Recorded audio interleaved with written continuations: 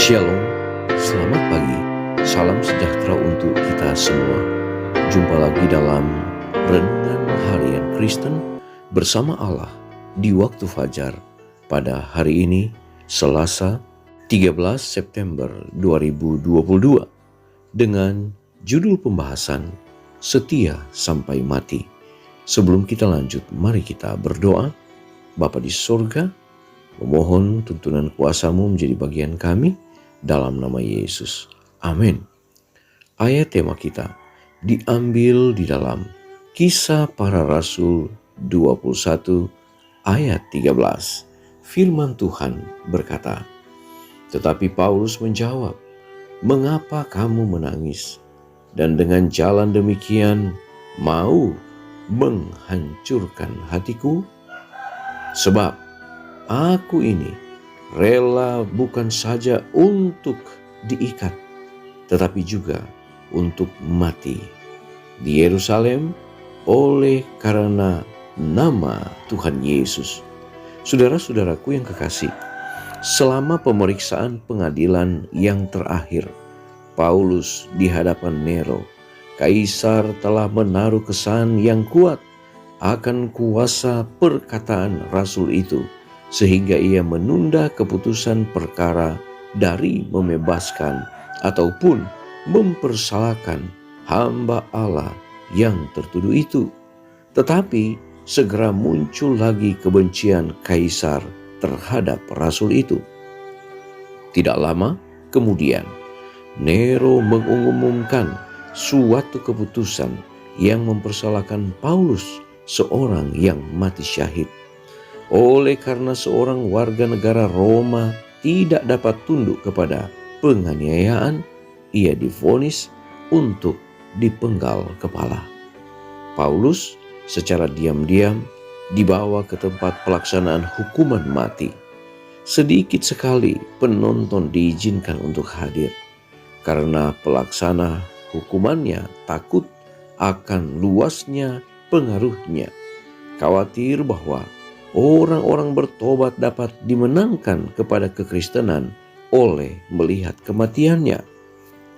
Lebih dari seorang menerima juru selamat yang dikhotbahkan oleh Paulus, dan tidak lama sesudah itu dengan berani mencap iman mereka dengan darah mereka sendiri.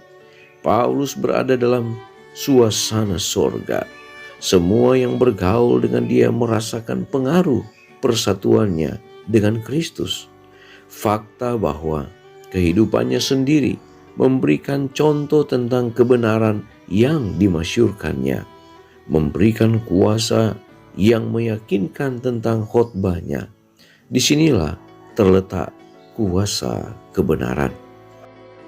Rasul itu memandang kepada keadaan yang besar di seberang, bukan dengan ketidakpastian dan ketakutan, tetapi dengan pengharapan yang gembira dan kerinduan yang mendalam. Saudara-saudaraku yang kekasih, sementara ia berdiri di tempat ia mati syahid, ia melihat bukannya pedang algojo atau tanah yang segera akan menerima darahnya. Ia memandang ke langit yang biru yang tenang pada musim panas itu, ke takhta abadi. Paulus menyaksikan dalam dirinya bahwa jiwanya adalah berharga pada pemandangan penebusnya. Alfa dan Omega, jilid 7, halaman 430 sampai 432. Mari kita berdoa. Bapa di sorga, sungguh besar kasih-Mu Tuhan. Kami bersyukur untuk berkat yang kami boleh nikmati saat ini. Pengalaman dari Rasul Paulus. Dia rela untuk mengorbankan dirinya, bahkan sampai mati syahid. Terima kasih Bapa. Oleh karena pengalaman dari Paulus ini memberikan satu pelajaran sebagai orang-orang percaya untuk tetap setia dalam situasi apapun. Saat mana kami ditantang untuk menyangkal iman kepada Yesus, kami pun diberikan satu kekuatan, satu pengharapan untuk melihat jauh ke depan. Bagaimana pengorbanan yang Yesus telah lakukan sampai mati di atas kayu salib, itu pun oleh karena memberikan kepada kami jaminan keselamatan dan jaminan untuk mewarisi kehidupan yang kekal. Ajarlah kami untuk tetap setia dalam situasi apapun. Bapa, kami mau serahkan hidup kami hari ini ke dalam tangan Tuhan. Kiranya Tuhan akan jaga, pelihara, dan lindungi kami.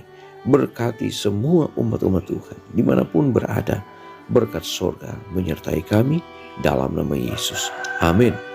Pertemuan kita telah selesai. Kita jumpa lagi besok. Shalom. Tuhan memberkati.